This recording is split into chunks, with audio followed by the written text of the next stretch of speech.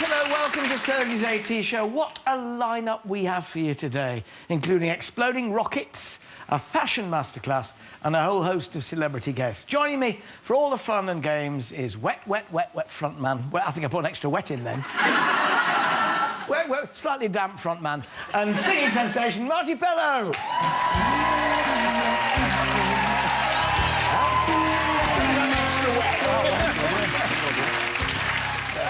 Now to a leading West End man who's starred in everything from Chicago and Chess to Blood Brothers and Evita.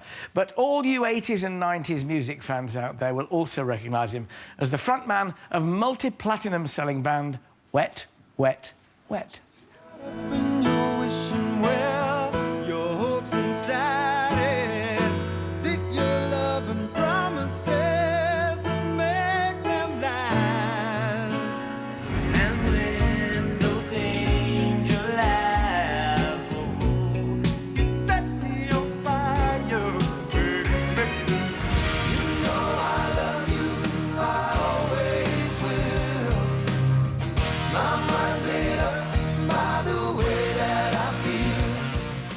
Please welcome Marti Pellow.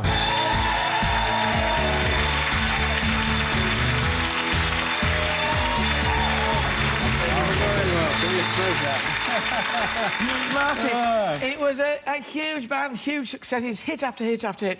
Is it still a thrill when hits are used for, you know, these sort of wonderful rom-coms and stuff like that? And well, you know, that song was such a massive song for me in my career, you know, that it really was a blessing for us at the time, you know. It took us all around the world. God.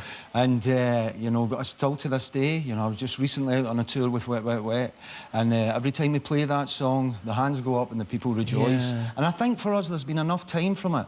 In 1994, when it was at #1 for a couple of years, and it certainly felt like that, it was like eating chocolate every day.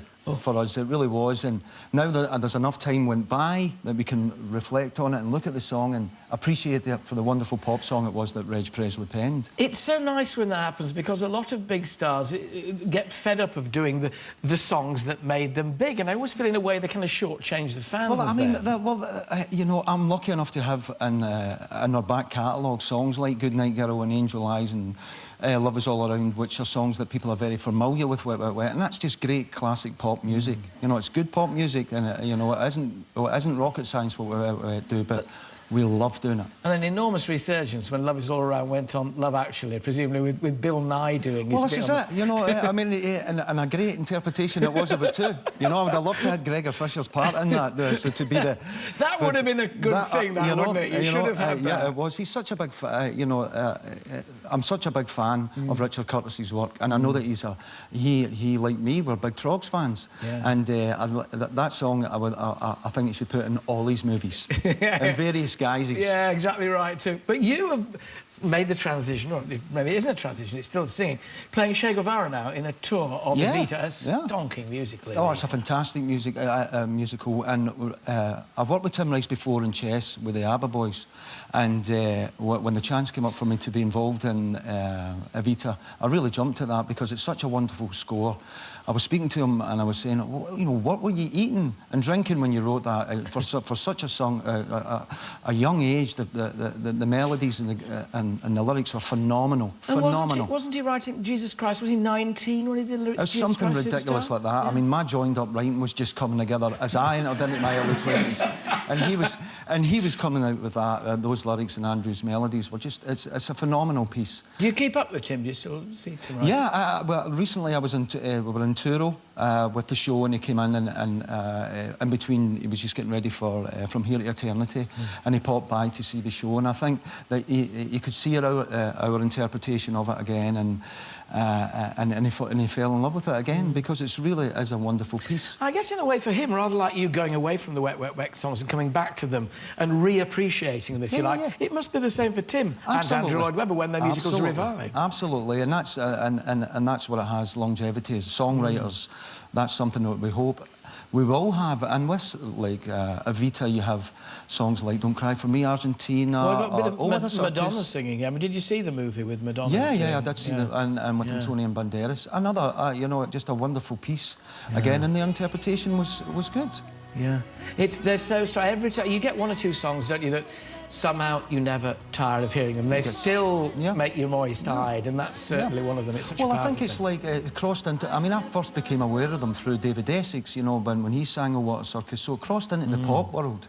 So I was hearing them on Top of the Pops and Don't Cry for Me, Argentina, and so Another Suitcase in Another Hall. These songs have to be embraced. They're wonderful, wonderful writing. You mentioned ABBA. We've got Mamma Mia on in the West End. We had Spice Girls, the musical, not quite the success. Would you ever see Wet, Wet, Wet translating to a West End musical? You know, I think when you have a back catalogue of songs like Wet, Wet, Wet, which we were lucky enough to have so many top 10 records, it'd be a nice idea, but the story's got to work rather than just putting our back catalogue into something and welding it together with some loose writing, because I respect my back catalogue more than that. And so if it was a good book and it was a good story, yeah, it's another way of airing your songs. You'd be there. You'd be the man to do it. Well, I don't know about that. You know, the walk-on part. Oh, the walk-on Gregor part, Fisher role, you know, in the back. But you're right. You need the good story. I mean, that is the thing. That's what they did with Mamma Mia. That surprised people, really. Because they thought they were going to go and see the story of ABBA, and it wasn't that at all. Pierce Bronson singing in the movie. Come on. God bless him. Well, the singing, that's loosely. Well, I thought he'd done a good job. I thought, I'll say that. Yes, he's 007. So, Alistair, any thoughts of being in a musical yourself? You do a musical because you're Pygmalioning. Would you do My Fair Lady? I'd love to do My Fair Lady. I've done musicals in the past, you know, Cabaret and Little Shop of Horrors, and yeah, Pygmalion's fantastic. But it is one of the few plays, I think, which was, dare I say it, battered by the musical. And My Fair Lady is something I'd love to do in the future. Yeah, I'd love to. But I'll probably be fighting Marty for the part. Come on, why I oughta. Oh, it'd be a great part. But you see, you'd get the rain in Spain stays mainly in the plain. Right, that was a great French accent. You can go to catch Marty Touche in the UK tour of Ibiza at the Sam's Theatre in Carlisle. My thanks to Marti Pellow. Thank you, man. Brilliant. Do gentlemen prefer blondes? Redheads. Redheads?